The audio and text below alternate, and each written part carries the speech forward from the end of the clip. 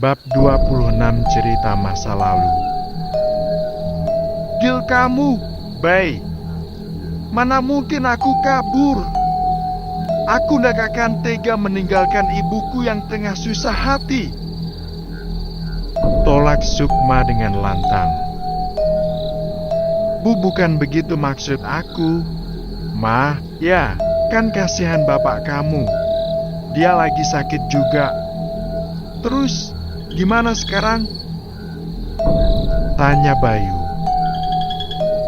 Aku akan coba bicara sama ibu, Bay, siapa tahu dia berubah pikiran. Mengingat keadaan bapak sekarang semakin mengkhawatirkan. hewan liar mulai membunyikan suara mereka yang khas.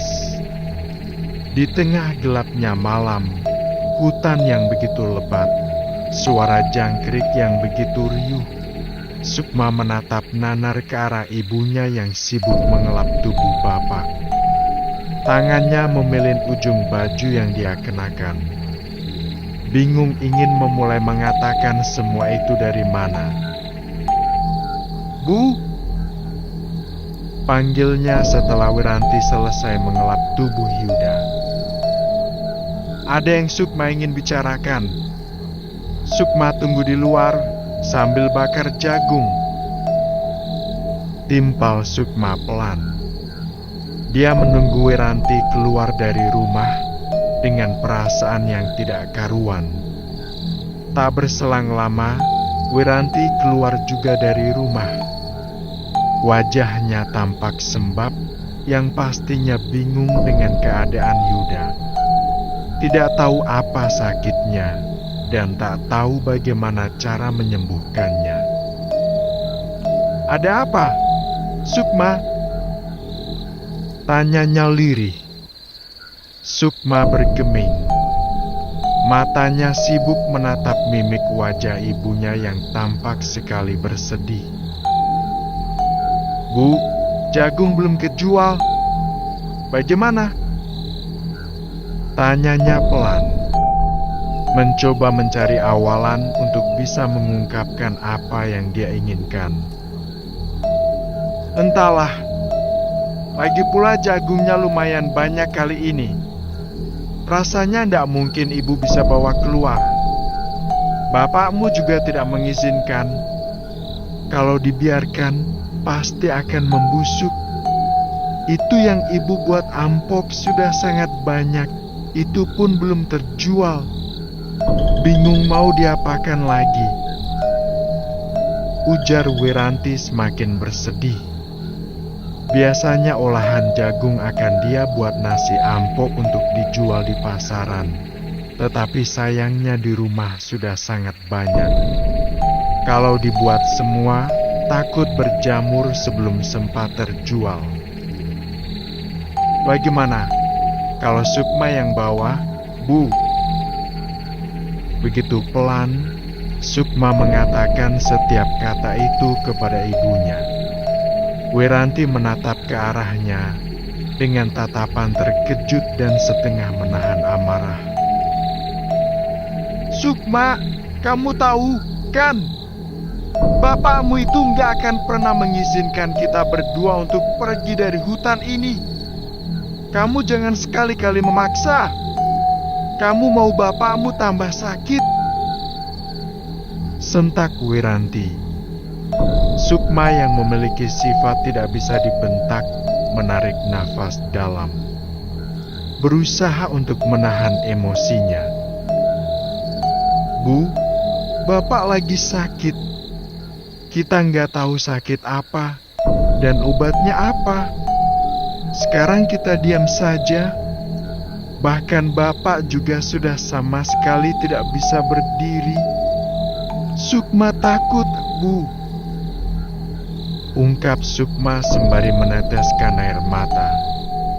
Wiranti terdiam mendengar ucapan anaknya. Sejujurnya dia juga takut kalau hal buruk akan terjadi pada suaminya. Bu, sebenarnya apa sih yang buat bapak sampai tidak mengizinkan kita sama sekali untuk keluar dari hutan ini? Tanya Sukma lagi. Wiranti kembali terdiam.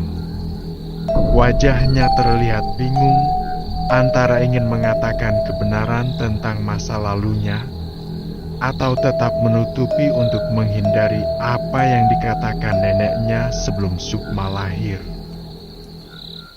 Jogo, opo sing perlu dijogo? Ojo nganti, opo sing mau lakoni? Nurut ning anakmu. Jaga apa yang perlu dijaga. Jangan sampai apa yang kamu lakukan diikuti oleh anakmu. Sukma memiliki amarah yang begitu tinggi, sedangkan Wiranti tahu kalau sampai kapanpun Wiratna masih ada di sekitar keluarganya. Dia tidak ingin Sukma mengalami apa yang dulu dia alami dulu. Bu, tolong bicara sama Sukma. Apa yang sebenarnya terjadi? Kenapa kita sampai tinggal di hutan ini sendirian? Desak Sukma. Wiranti menarik nafas dalam, mencoba untuk menenangkan diri. Sebenarnya dulu ibu dan bapak. Wiranti mulai menceritakan apa yang dialami dahulu. Mulai dari kasusnya bersama Jarno, sampai neneknya yang gentayangan meminta gendong dan arwah Wiratna yang masuki dirinya. Sepanjang bercerita, Wiranti terus menangis. Mengingat kembali betapa sakitnya hidupnya dahulu. Merasakan sakit yang tak hanya singgah di hatinya, tetapi juga di fisiknya. Kehilangan semua orang yang dia cintai satu persatu. Sukma yang mendengar itu dengan seksama hanya bisa menangis terisak. Membayangkan betapa sulitnya hidup ibunya saat itu. Itu sebabnya bapakmu melarang keras untuk kita keluar dari sini. Bapakmu takut kalau mereka akan menangkap kita dan melakukan hal yang seperti mereka lakukan dulu kepada ibu. Sukma terisak memeluk lututnya. Selama ini dia marah dan menentang apa yang bapaknya katakan, karena merasa bapaknya terlalu overprotective, terlalu mengekang dirinya hingga membuatnya berani membentak bapaknya, orang yang ternyata begitu sayang terhadap dirinya. Sukma, ibu paham, nak. Amarahmu begitu kuat dan kembaran ibu itu masih ada di sini. Ibu tak ingin kamu mengalami hal yang sama karena kutukan arwah kembaran ibu itu akan berpindah kepadamu. Jelas Wiranti. Sukma masih belum bisa menjawab. Dia masih merasa bersalah dengan sikap yang selama ini dia tunjukkan. Bu, Heks. Sukma merasa bersalah. Sukma kesulitan dalam bicara. Nak, semua belum berakhir. Ibu akan berusaha sekuat mungkin untuk bisa menyembuhkan bapakmu. Wiranti menarik Sukma ke dalam pelukannya, memberikan ketenangan untuk putrinya yang kini mulai tumbuh dewasa. Bu, biarkan Sukma pergi ke desa. Sukma janji nanti Sukma akan kembali kalau sudah mendapatkan obat untuk bapak. Sukma takut, Bu. Renyeknya. Setelah mengetahui semuanya, kamu masih ingin pergi? Wiranti melepaskan pelukannya kepada sang anak. Bu, Sukma janji, Sukma akan jaga sikap dan amarah. Sukma akan menjaga diri dan akan segera kembali. Bu, Sukma tidak mau terjadi apa-apa kepada bapak. Seru Sukma meyakinkan. Hati yang mudah ditaklukkan adalah hati ibu. Sikapnya yang tidak tegaan dan mudah sekali percaya membuat dia akan mudah luluh. Begitu pula dengan Wiranti. Melihat tatapan sang putri saja dia sudah mulai tak tenang. Kamu yakin? Tanya Wiranti. Yakin, Bu. Pokoknya Sukma akan kembali setelah mendapatkan obat untuk Bapak. Bapak akan kembali bersama kita. Percaya sama Sukma, Bu. Wiranti tak bisa lagi menjawab. Hatinya tak merelakan anaknya pergi, tetapi keadaan memaksa. Tak mungkin dia yang akan pergi. Dia tak sepandai suaminya yang bisa menyusup dan menyelinap. Bu, baiklah. Ibu akan izinkan kamu pergi. Tapi, kamu tahu jalan keluar dari hutan ini? Jawab Wiranti. Bisa? Besok akan Sukma jelaskan. Sukma terbangun. Suara wanita menangis terdengar jelas di telinganya. Ranjangnya berada di sebelah ranjang ayah ibunya. Deritan ranjang terdengar jelas kala dia terbangun dan melihat ke arah ranjang ibunya. Dengan sigap, Wiranti menghapus air matanya. Melihat Sukma yang terjaga. Mata Sukma mengedar, melihat ke arah luar dari celah-celah lubang dinding. Terlihat langit sudah mulai sedikit terang. Bu, kenapa menangis? Tanya Sukma. Dia segera turun dan menghampiri ibunya. Wiranti tak menjawab. Kini tangisnya justru semakin pecah. Ibu, ada apa? Tanya Sukma ketakutan. Bapak, Nak, bapakmu. Ujar Wiranti gugup. Bapak kenapa? Sukma melihat ke arah bapaknya. Terlihat dari lampu ublik yang ada di bawah sana, wajah Yuda tampak sekali pucat. Dengan cekatan, Sukma memegangi tangan bapaknya. Terasa sekali, tangan Yuda sedingin es batu. Jantung Sukma berdetak begitu kencangnya, rasa takut mendera hati.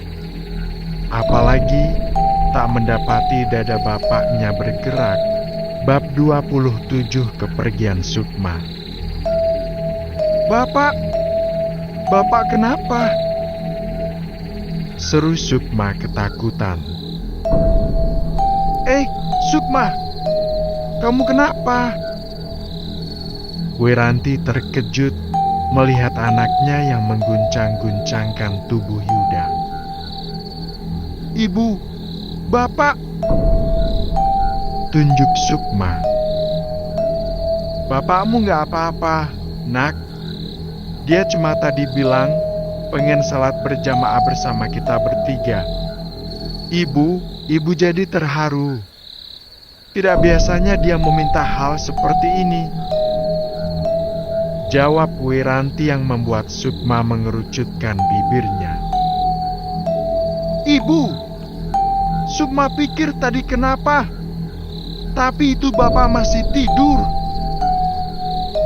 Seru Sukma kesal.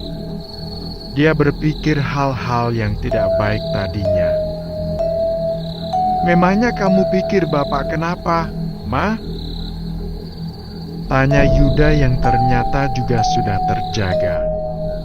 Sukma terdiam.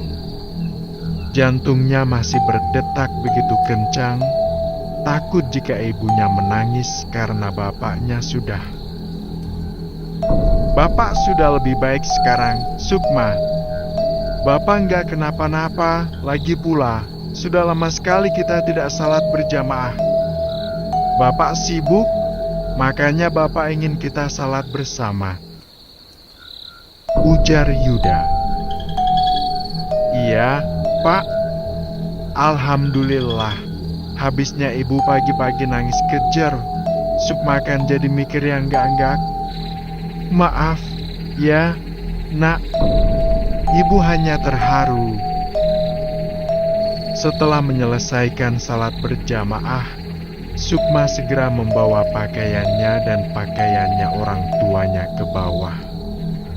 Kegiatan setiap pagi yang selalu dilakukan oleh Sukma. Jalanan bukit yang sedikit licin membuat dia harus berhati-hati dalam melangkah. Rumput-rumput yang basah oleh embun membuat kaki Sukma yang tak beralas sesekali akan terpeleset. Setibanya di bawah, Sukma sempat terkejut. Di depan sana, terlihat Bayu sudah menunggu dengan bersandar di batu besar.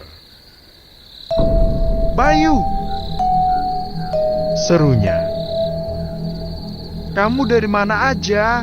Ma, biasanya pagi-pagi udah ke bawah. Tanya Bayu yang kesal menunggu Sukma terlalu lama. Aku lagi berusaha bujuk ibu buat bisa pergi ke desa. Wajah Sukma kembali berubah. Teringat perkataan ibunya barusan. Selama Bapak tidak mengizinkan, maka kamu tidak akan pergi. Apalagi memang tampaknya Yuda sudah mulai membaik, meski masih tampak pucat. Lalu, sekarang bagaimana? Sudahlah, Bay. Aku rasa memang disinilah tempat aku. Aku sudah enggak memiliki keinginan untuk keluar dari sini. Aku hanya mau merawat ibu dan ayahku saja, sampai nanti mereka tua. Pernyataan Sukma mampu membuat Bayu terdiam.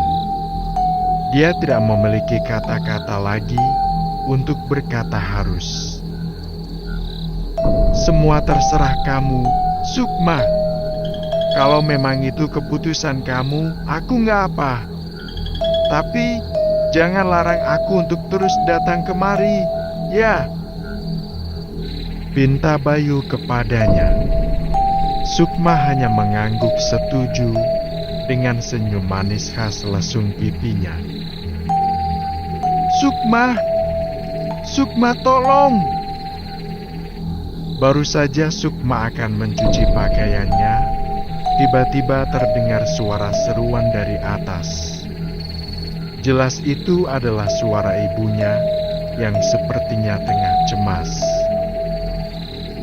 Ibu, kayaknya itu ibu kamu. Ma, kok terdengar cemas? Apa nggak sebaiknya kita lihat? Ujar Bayu yang juga mendengar suara teriakan Wiranti. Kamu tunggu sini, ya. Aku mau lihat ibu dulu. Aku khawatir.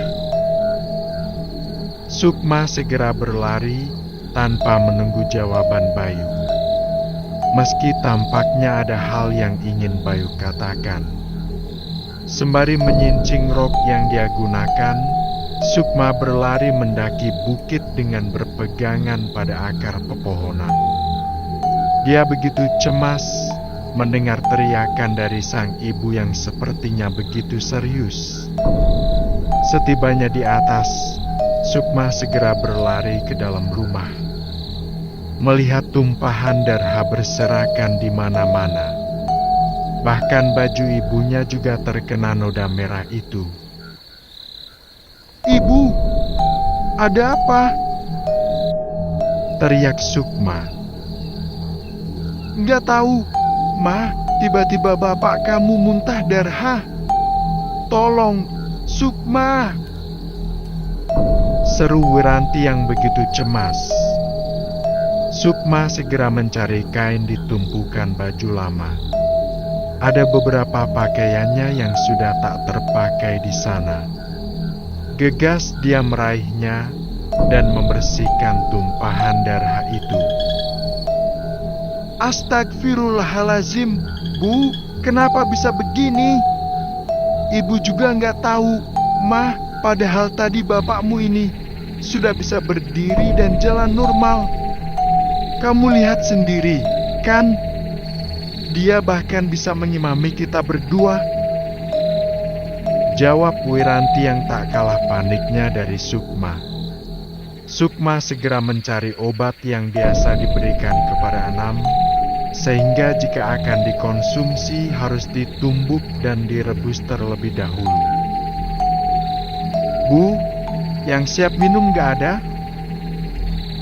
Tanya Sukma. Dia merasa kalau harus mengolah terlebih dahulu, itu akan memakan waktu. Seru Sukma yang memang ada benarnya. Tetapi karena tak ada cara lain dan obat siap minumnya sudah habis, terpaksa Sukma harus merebusnya terlebih dahulu. Dedaunan dan beberapa rempah-rempah yang sudah disediakan Wiranti, ia tumbuk terlebih dahulu. Sembari sesekali mengusap air mata, Sukma membuat api di luar rumahnya. Sebaiknya sekarang kamu lekas pergi. Sukma terjingkat kala mendengar suara yang persis di belakangnya. Ibu. Lirihnya setelah dia melihat ke belakang. Pergilah, Nak. Carikan obat untuk bapakmu dan sembuhkan dia. Ujar Wiranti dengan air mata bercucuran. Sukma tak langsung menjawab. Alisnya bertaut, matanya memindai wajah ibunya. Tapi bagaimana dengan bapak, Bu? Jawabnya dengan pertanyaan. Kamu jangan risaukan bapak, ada ibu di sini. Ibu akan mengiba bapak dengan bahan seperti biasa, sampai kamu kembali dan membawakan obat untuknya. Wiranti memalingkan wajahnya, tak ingin menatap putrinya itu. Tapi, Bu, kalau tidak dirawat oleh tabib langsung, apakah bapak bisa sembuh? Pertanyaan yang memang benar adanya terlontar dari mulut Sukma. Dengar, kalau kamu sampai desa, cari Mbah Ulpa. Katakan kalau kamu anak Wiranti dan Yuda dan minta dia untuk datang kemari. Tetapi, jangan pernah kamu katakan kebenaran tentang dirimu kepada selain Mbah Ulpa. Segera kembali, kalau kamu sudah bertemu dia, pergilah. Ujar Wiranti dengan isakan di bibirnya. Dia sudah tak tahan melihat suaminya terus-menerus seperti itu. Sukma terdiam. Dia berpikir beberapa saat meninggalkan kedua orang tua yang begitu dia sayangi bukanlah hal yang mudah. Baiklah, kalau begitu Sukma akan berpamitan dengan bapak. Jawab Sukma pada akhirnya. Tidak. Sahut Wiranti yang membuat Sukma terkejut. Sampai kapanpun bapakmu tidak akan mengizinkan kamu untuk pergi. Bahkan sampai dia kehilangan nyawanya sekalipun, itu sebabnya ibu ingin kamu pergi secara diam-diam. Timpal Wiranti lagi. Dengan hati yang begitu berat, Sukma akhirnya menyetujui apa yang dikatakan oleh ibunya. Dia tak memiliki pilihan lain selain mencari obat keluar hutan. Baiklah, Bu, Sukma akan pergi sekarang. Apa saja yang harus Sukma bawa? Tunggu sebentar. Ibu akan persiapan. Wiranti segera menyiapkan beberapa keperluan yang akan dibawa Sukma ke desa, termasuk beberapa alat yang bisa menyelamatkan dia dari penjahat. sembari menunggu obat yang dibuat Sukma matang. Nah, ini sudah siap. Sekarang kamu lekas berangkat, tapi ingat, lekas kembali. Ujar Wiranti menyerahkan satu kain yang berisi beberapa keperluan Sukma. Ingat, nak, jaga emosi kamu. Jangan membenci atau menyimpan dendam kepada siapapun. Jangan membuat onar di desa, dan jangan lupa melaksanakan kewajiban kamu sebagai umat muslim. Doa ibu akan selalu bersamamu. Wiranti memberi peringatan kepada Sukma agar dia tidak melupakan apa yang sudah Wiranti ceritakan kepadanya kemarin. Baik, Bu, Ibu jangan khawatir. Sukma pasti akan jaga diri dan tidak akan membiarkan bibi masuk ke dalam tubuh Sukma. Sukma berangkat, Bu. Wiranti melepaskan kepergian anaknya dengan hati yang kacau. Dia hanya bisa berharap kepada Sukma saat ini, dan berharap kalau dia akan segera kembali membawa Mbah Ulpa. Hanya dia yang bisa menyembuhkan Yuda saat ini. Bab 28 Mbah Ulpa. Kamu kenal Mbah Ulpa? Tanya Sukma. Mereka berdua berjalan di tengah hutan dengan saling membantu ketika melewati jalanan yang sulit. Mbah Ulpa, entah, kayaknya pernah dengar. Jawab Bayu. Tangannya sibuk membawa kain berisi baju milik Sukma. Aku harus bertemu dia untuk menyembuhkan Bapak. Apa kamu mau membantu? Tanya Sukma lagi. Pasti. Aku pasti bantu. Tapi aku bisa minta satu permintaan sama kamu. Apa? Aku ingin setelah aku membantu kamu mencari obat untuk bapakmu, kamu mau bertemu keluargaku untuk melanjutkan hubungan yang lebih serius. Mau? Sukma menghentikan langkahnya, menatap serius ke arah Bayu yang baru saja selesai berucap. Maksud kamu? Tanya Sukma dengan wajah begitu serius. Aku nggak bermaksud untuk memaksa atau mengancam kamu, Sukma. Aku cuma ingin hubungan yang lebih serius saja. Ungkap Bayu gugup. Dia takut jika Sukma salah paham. Sukma tak langsung menjawab. Dia pergi begitu saja, mendahului Bayu tanpa berucap sepatah kata pun. Ma, tunggu. Memangnya kamu tahu jalan keluarnya? Seru Bayu. Sukma tak menyahut. Di balik tubuhnya yang berjalan tegap, bibir Sukma mengukur senyuman kecil. Sudah sekitar 3 jam mereka berjalan hingga akhirnya keluar dari hutan. Terlihat jalanan yang tidak seberapa besar, tetapi terlihat seringkali dilewati. Ini desanya, Sukma. Bayu menunjukkan beberapa warga yang beraktivitas di ladang mereka, sibuk dengan tanaman dan bahan penghasil uang mereka. Sedangkan Sukma sama sekali tak terlihat takjub melihat rombongan warga itu. Justru wajahnya terlihat ditekuk. Sukma, kok kamu diam? Tanya Bayu. Dia sedikit bingung melihat ekspresi wajah Sukma yang sama sekali tidak terlihat senang. Padahal sebelumnya dia yang begitu semangat untuk keluar dari hutan. Gimana nggak diam? Ketika bertemu dengan para manusia laknat yang sudah bersalah dan membuat keluarga kami terjebak di hutan puluhan tahun, Jawab Sukma dalam hati. Sayangnya hanya dalam hati.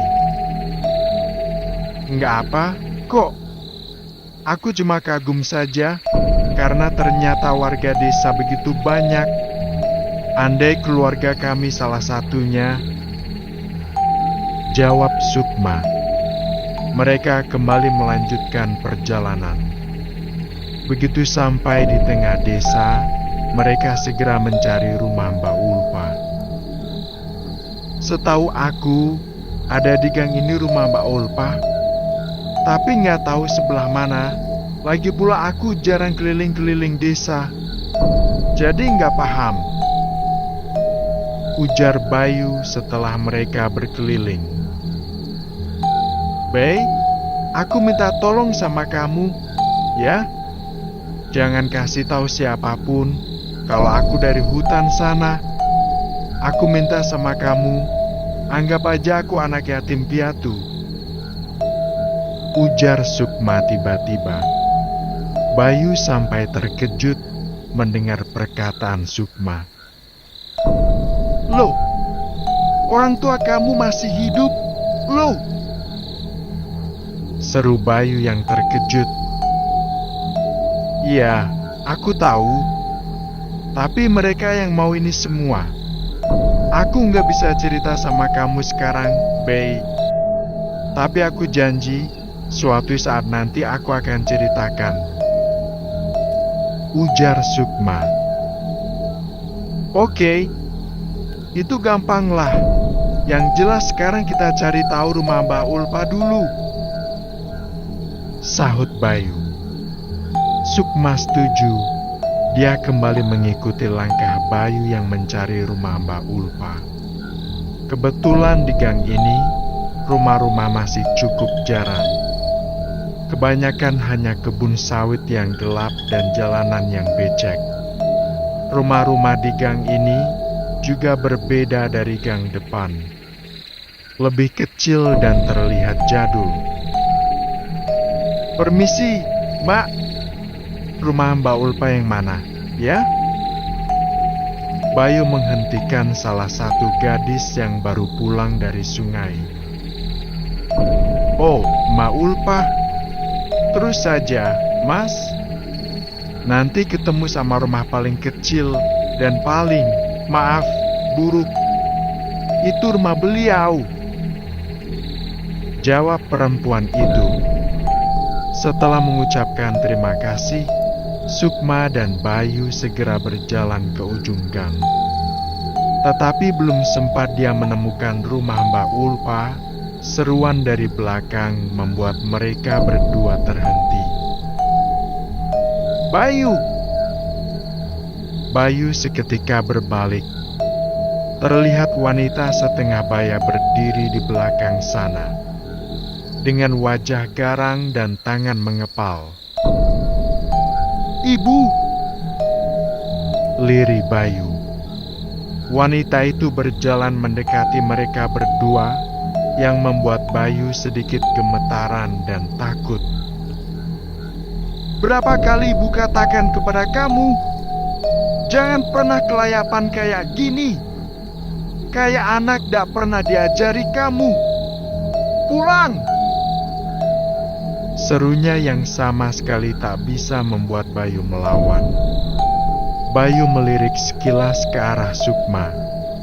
Merasa tak enak dan tak tega meninggalkan dia sendirian di sini. Terlebih, Sukma sama sekali tak mengetahui seluk-beluk desa ini. Tapi, Bu, dak ada tapi-tapian. Pulang! Sentaknya, Bayu tak bisa lagi menjawab. Dia berlalu begitu saja, meninggalkan Sukma dengan perasaan tak nyaman.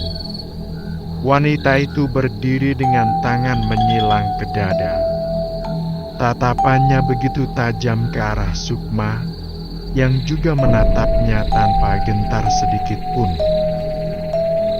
Siapa kamu? Anak mana? Tanyanya ketus. Sukma, anak dari wilayah yang tentunya suci. Jawab Sukma tenang. Hah, dah punya sopan santun. Kayak gitu kok mau bersanding dengan anak saya. Dengar, saya adalah Hanifah, istri kepala desa di sini. Tolong hormati. Serunya penuh tekanan. Dia segera berbalik dan meninggalkan Sukma begitu saja. Hanifah, kenapa aku kayak nggak asing sama namanya? Ulang Sukma dengan alis bertaut. Tak ingin memikirkan hal itu, Sukma segera berjalan ke ujung jalan sana, mencari rumah Mbak Ulpa yang menjadi tujuan dia datang kemari. Langit seakan mengerti dengan suasana hati Sukma yang mendung menahan tangis. Angin bertiup lirih membawa Sukma menemukan rumah yang dia maksud. Lekas Sukma berjalan ke arah rumah itu. Mengetuknya beberapa kali meski tak ada jawabannya. Assalamualaikum. Kali ketiganya Sukma mengetuk pintu dan sama sekali tak ada yang menjawab. Hingga akhirnya terdengar suara seorang wanita dari arah belakang Sukma, membuat gadis itu terhenyak. Mbak, nyari siapa? Sukma berbalik, menatap gadis yang ada di depannya dengan seksama. Mencari Mbak Ulpa. Oh, Mbak Ulpa. Beliau ada di dalam, sedang beristirahat. Mari masuk, ajaknya.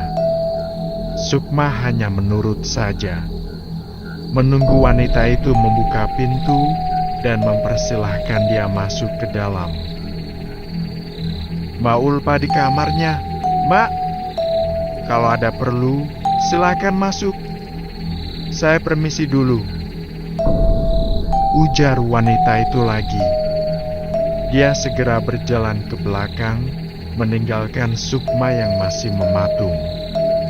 Tangan Sukma menyibak gorden lusuh yang menjadi penutup pintu kamar itu. Terlihat wanita yang kurus kering, dengan rambut putih semuanya, dan mata yang begitu cekung. Tubuhnya benar-benar tak memiliki daging. Mbak Ulpa, panggil Sukma setengah bertanya. Ujung bibir wanita tua itu mengukir senyuman tipis, mengiyakan apa yang Sukma katakan. Lekas Sukma mendekat. Terlihat wanita itu sedang turun dari ranjang. Bahkan untuk sekadar memutar kepala saja dia sudah tak mampu. Wong kae sing nahan aku neng kene. Dendame kanggo keluargamu, esi enak. Tutur Mbah Ulpa dengan suara khas wanita tua.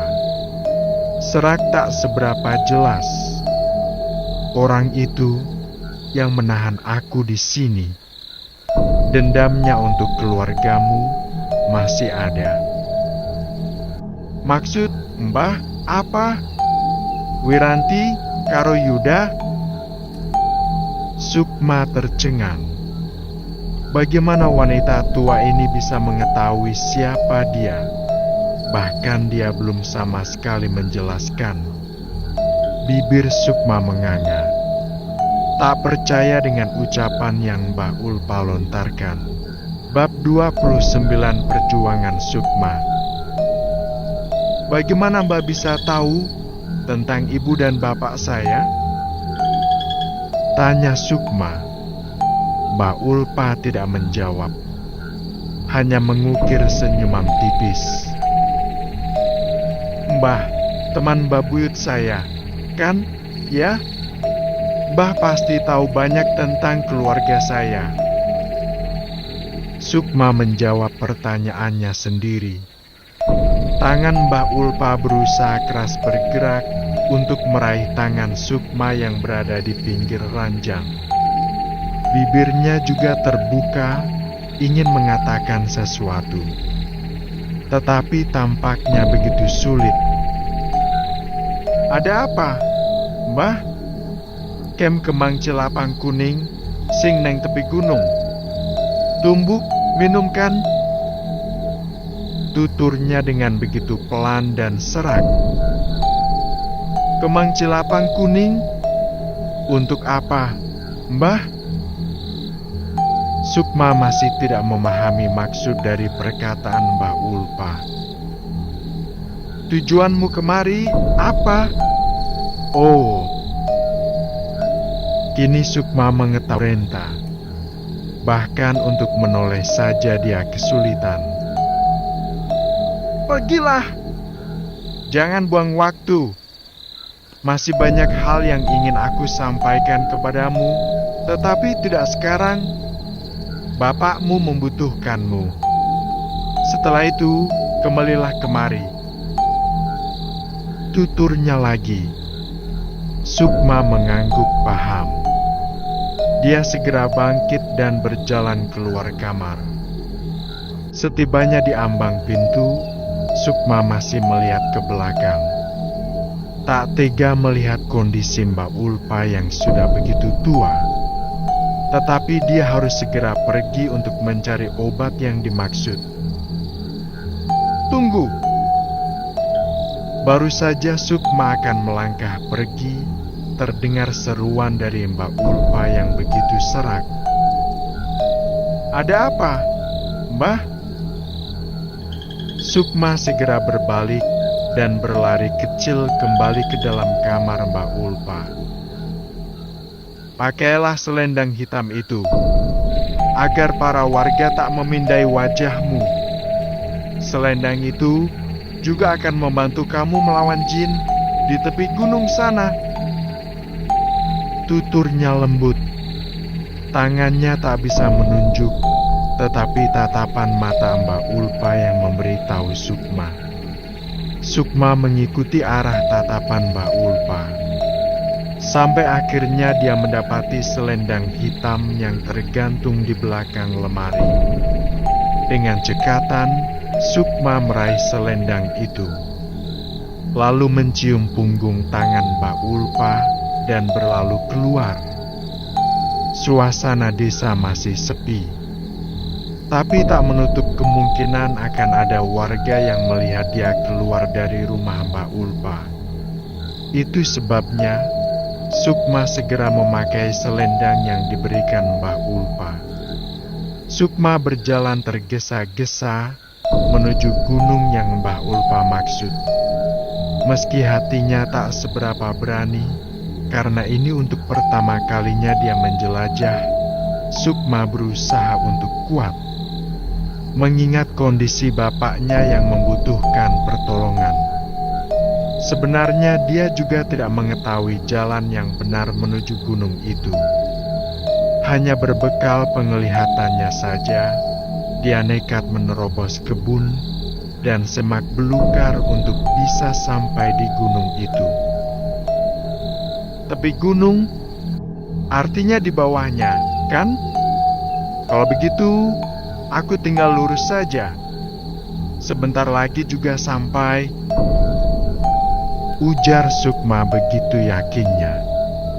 Langkahnya dia percepat untuk segera sampai di kaki gunung depan sana. Tak peduli jurang, tebing, tanah liat yang licin, Sukma arungi dengan hati yang begitu teguh. Beberapa kali dia terjatuh kala mendapati jalanan yang tidak bagus. Tetapi dia kembali bangkit dan kembali berdiri tegak. Bapak, Sukma janji. Sukma pasti akan menyelamatkan Bapak dan Sukma janji. Sukma akan pulang dengan obat di tangan. Seru Sukma dengan begitu yakinnya. Sesekali dia akan beristirahat di bawah pohon rindang, memakan lauk yang diberikan ibunya seadanya. Meski tidak banyak, tapi cukup untuk dia makan hingga nanti malam. Di tempat lain, Wiranti sibuk mondar-mandir, memikirkan keadaan anaknya yang belum kunjung kembali. Matahari sudah hampir tenggelam, tetapi Sukma belum juga sampai di tempat tujuannya. Mas Yuda akan segera bangun. Bagaimana kalau dia menanyakan Sukma lagi? Apa yang akan aku katakan? Wiranti cemas, tak tahu harus berbuat apa saat ini. Apalagi jarak dari desa ke rumahnya cukup jauh. Di pinggir sungai, Sukma sibuk mencuci wajahnya, menghilangkan kantuk dan lelah yang mendera tubuhnya. Dia harus kembali berjalan, mengingat sebentar lagi malam akan tiba. Gelap akan menjadi teman untuknya. Aku sudah sampai di kaki gunung. Tapi kenapa aku masih belum melihat bunga yang dimaksud Mbak Ulfa?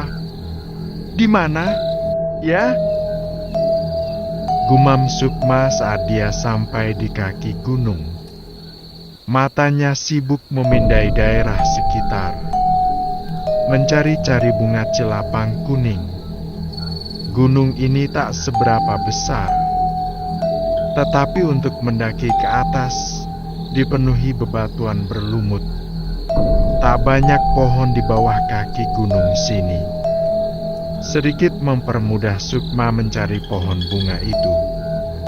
Sukma mengitari kaki gunung dengan mata yang terus beredar. Hingga langit mulai menggelap, Sukma juga masih belum mendapatnya. Ya Allah, apa aku harus mengitari kaki gunung? Bisa seminggu aku baru selesai. Gerutu Sukma yang mulai kelelahan. Dia terduduk di bawah, dengan derayan keringat yang membanjiri tubuh. Matanya tampak sekali kelelahan, tetapi dia masih mencoba untuk mencari sekali lagi. Hingga ketika dia mendongak, berencana akan memutar kepalanya yang mulai pegal, tiba-tiba manik matanya melihat sesuatu. Segerombolan bunga berwarna kuning terang dengan pohon yang mirip pohon bunga mawar. Hanya saja daunnya lebih besar. Bertengger cantik berjarak sekitar 5 meter dari kaki gunung. Posisinya tumbuh di antara bebatuan yang lumayan menjorok ke dalam. Nah, itu bunganya. Ya ampun, akhirnya. Seru Sukma kegirangan. Wajahnya tampak sekali berbinar. Tanpa pikir panjang lagi, dia segera bangkit dan mulai mendaki. Meski medan yang dia tempuh lumayan sulit karena tumpukan bebatuan yang tak berbentuk, tetapi tak membuat nyali Sukma menciut. Tebing gunung ini juga begitu curam, sehingga salah langkah sedikit saja sudah dipastikan Sukma tergelincir ke bawah.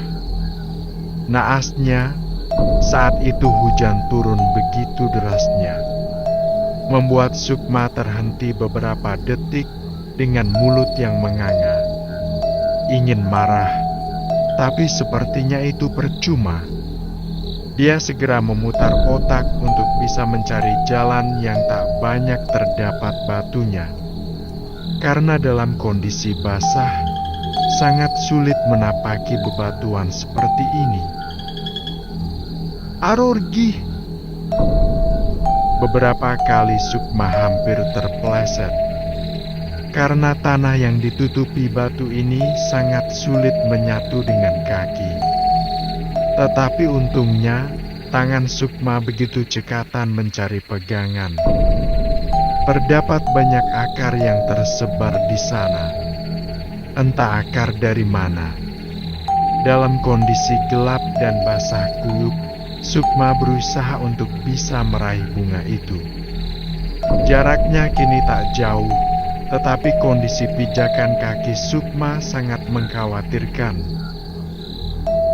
Yerguh, Sukma berusaha untuk meraih batang pohon bunga itu, tetapi sangat sulit. Tak memiliki pilihan lain, Sukma memutuskan untuk sedikit memanjat lagi. Karena dia melihat ada batu yang bisa dia jadikan pijakan di sebelahnya. Bismillah. Sukma mengambil langkah mengerikan. Di bawah sana tampak sekali suasana gelap tertutup derasnya hujan. Setelah berhasil mendaki sedikit, Sukma kembali berusaha meraih tangkai bunga itu. Arorgi, akhirnya berhasil. Seru Sukma begitu senangnya. Dia benar-benar telah melupakan rasa dingin dan perihnya goresan batu. Yang ada di matanya hanya obat untuk bapaknya. Senang? Permainan baru mulai. Hehehe. Sukma tersentak menatap ke arah sampingnya. Terlihat sosok berbungkus kain putih dengan tali di bagian atas kepalanya, dan wajah melupas kehitaman itu menatap Sukma dengan mata putih polos yang mencuat keluar. Sukma yang terkejut refleks melepaskan pegangannya. Hingga kini dia benar-benar tergelincir ke bawah. Suara teriakannya yang begitu nyaring dan suara tubuhnya yang terhantam batu membuat tubuh merinding dan telinga ngilu. Bab 30 Pertolongan Wiratna. Arorgi, sakit, dasar demit. Seru Sukma kesal. Dia berusaha bangkit, sembari memegangi pinggang dan kepalanya yang mengucurkan darah segar. Sekuat mungkin dia menahan rasa sakit. Mencoba kembali berjalan keluar hutan. Ditatapnya kembali ke atas, tepi gunung tempat dia tadi memanjat. Sudah tak ada sosok yang tadi dia lihat. Hatinya sedikit cemas, tetapi berusaha untuk tidak takut. Sembari terus mengumpat dan merasa kesal, Sukma mencari-cari kain berisi pakaian dan sedikit sisa makanan yang dia bawa. Sayangnya tak ditemukan. Karena tak ingin lama-lama, Sukma segera beranjak pergi dari sana. Rasa sakit yang dia rasakan tak sepadan dengan rasa cemasnya memikirkan sang bapak yang sudah pasti semakin parah di sana. Bunga yang dia dapatkan dari atas bukit digenggamnya dengan begitu erat. Meski sesekali akan gugur karena ayunan tangannya. Sukma meraih selendang yang masih tergulung di lehernya. Bukannya untuk mengikat lukanya, justru dia gunakan untuk mengikat bunga itu agar tak habis nanti ketika dia sampai di rumah. Ya Allah, sakit banget. Rasanya aku udah gak kuat. Lirih Sukma yang kesakitan. Tetapi dia masih terus berusaha untuk berjalan. Hujan mulai mereda, membuat luka yang ada di tubuhnya semakin terlihat, menyisakan rasa perih yang tiada tara. Aroma amis darahnya bercampur dengan aroma tak menyedapkan indera penciuman, membuat langkahnya terhenti beberapa saat. Bau apa? Ini kok aneh? Lirihnya. Sukma teringat oleh apa yang dikatakan ibunya. Jika di suatu tempat keramat atau hutan mencium aroma yang tidak sedap, biasanya ada makhluk halus di sekitaran. Bisa jadi juga hewan buas. Bila tempat itu jauh dari pemukiman, Sukma mulai tidak enak. Rasa sakitnya perlahan tenggelam oleh rasa takut yang mulai menguasai hati. Langkahnya yang menyeret sebelah kaki terdengar begitu jelas. Tetapi semakin lama, semakin terdengar ramai. Sukma kembali berhenti, menajamkan pendengarannya, karena dia merasa tak hanya dia di sini. Hening. Setelah dia terhenti, tak ada suara apapun.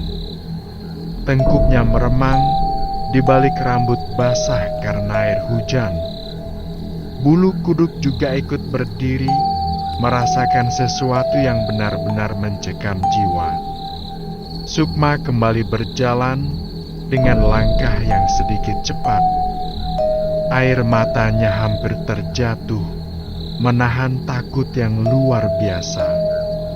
Bersamaan dengan langkah Sukma yang semakin cepat, suara langkah kaki yang riuh itu juga semakin cepat, seolah-olah mengejar Sukma. Gadis itu sedikit tergugu, dengan bibir yang gemetaran, takut. Wusus. Arorgi! Jantung Sukma seakan-akan terlepas dari tempatnya. Melihat sosok terbungkus kain putih dengan wajah hancur mengerikan itu bergelantung di depannya, dengan posisi kepala di bawah dan kakinya di atas ranting pohon. Sukma berbalik, mencoba menghindar. Tetapi saat itu, justru dia semakin menjerit kala melihat sesuatu di belakangnya. Sesosok yang memiliki moncong dengan taring tajam dan rambut gimbal melingkari wajah. Tetapi sebagian tubuh yang mirip manusia ramai di belakang Sukma. Sesekali akan terdengar aungan yang mirip dengan suara babi, tetapi lebih keras dan melengking. Sukma gemetaran. Tubuhnya tak bisa bergerak sama sekali, terpatung oleh pemandangan di depan. Sosok mengerikan itu tak hanya satu, tetapi puluhan. Sukma melirik ke arah samping, melihat peluang untuk kabur. Sesegera mungkin dia berlari ke arah samping. Sembari terus berteriak kencang, dia berlari tak kenal rasa sakit. Nafasnya tersengal-sengal dengan dada yang bergemuruh hebat. Kraak! Terdengar suara ranting patah dari arah belakang. Refleks Sukma melihat ke belakang. Terlihat sosok Wiratna datang, tetapi dengan wujud yang tidak biasa Sukma lihat. Biasanya dia akan menampakkan wajah biasa saja, dengan tahi lalat di bagian bawah bibir yang lumayan besar. Tetapi kali ini, dia memperlihatkan wujud aslinya. Berambut panjang sepaha, dengan gelombang tak beraturan, dan bagian kantung mata yang menghitam. Ditambah mata putih polos yang melotot hampir keluar. Belum lagi keril kulit yang mengelupas kehitaman. Cairan kental yang mengalir dari bagian leher. Sukma ternganga melihat wujud asli Wiratna yang begitu menyeramkan. Lungo! Seru Wiratna. Beberapa detik Sukma masih tercengang. Sampai akhirnya dia berlari menjauh dari sana. Pergi, nafas Sukma sudah tak beraturan. Bibirnya sedikit terangkat, menahan sesak kesulitan menghirup oksigen. Ya Allah, sakit, lemas.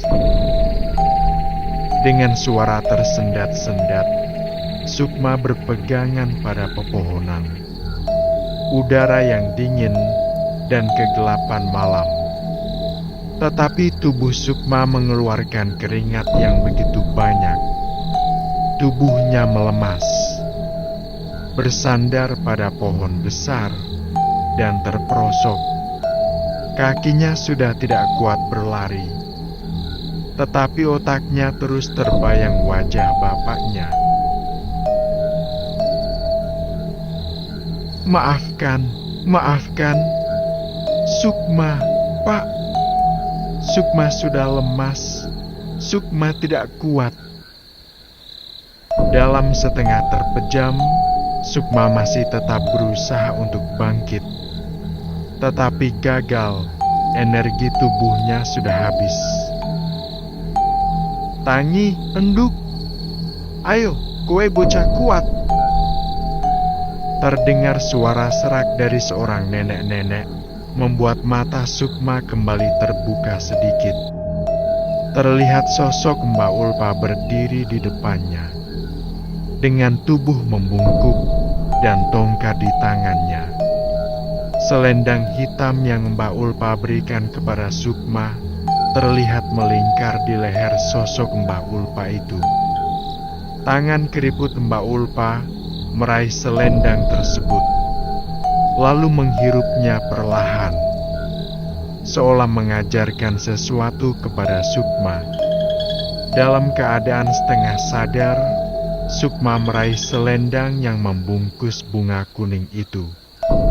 Tangannya menggenggam erat dan mendekatkan selendang itu ke arah hidungnya. Ada aroma segar di sana yang perlahan-lahan mengembalikan kesadaran Sukma. Entah keajaiban dari mana, tetapi semakin Sukma mencium aroma tersebut, Sukma semakin mendapatkan energi, hingga matanya kembali membuka lebar. Otaknya juga mulai bekerja dengan benar.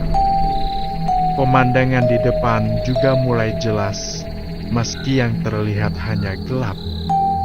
Tetapi sudah tak ada sosok Mbak Ulpa seperti yang Sukma lihat sebelumnya. Merasa sudah cukup kuat, Sukma kembali bangkit, berlari ke arah luar hutan, mengikuti tanda yang dia goreskan di setiap pohon. Meski gelap, goresan di pohon itu mengeluarkan getah putih yang masih terlihat di dalam kegelapan. Sukma menjerit puas saat dia sudah berhasil keluar. Setengah menangis dan tertawa, dia kembali ke hutan tempat orang tuanya berada. Tak peduli malam hari, bagi Sukma keselamatan bapaknya jauh lebih penting. Alam seolah menyaksikan perjuangan Sukma. Burung malam bersuara riuh bersamaan dengan langkah Sukma yang sedikit tertatih. Pepohonan yang rindang tak menyulitkan keberanian Suka berlari di alam liar. Tak menutup kemungkinan bahwa akan banyak hewan buas di sana, mengingat itu adalah hutan rimba. Sebelah mana? Ya. Sukma sedikit celingukan setelah tiba di tengah hutan. Gelapnya malam membuat arah dan langkahnya tak jelas. Hanya menggunakan insting saja, Sukma melangkah. Ibu, tolong! Lirihnya. Tepat di saat itu, sosok Wiratna datang. Sukma tersenyum senang, tetapi tidak dengan sosok Wiratna. Bu! Sukma mengaduh. Kala sosok Wiratna tiba-tiba mendorong tubuhnya sampai terjengkang ke belakang. Apa yang dilakukan? Tanya Sukma tak paham. Meski tidak sakit, tetapi dia begitu terkejut. Seharusnya aku yang bertanya padamu. Apa yang sedang kau lakukan? Teriak Wiratna tak kalah seru. Maksud, Bibi? Kau sedang membahayakan orang tuamu. Apa kau tahu? Seru Wiratna lagi. Sukma ternganga. Dia sama sekali tidak paham dengan apa yang dimaksud Wiratna.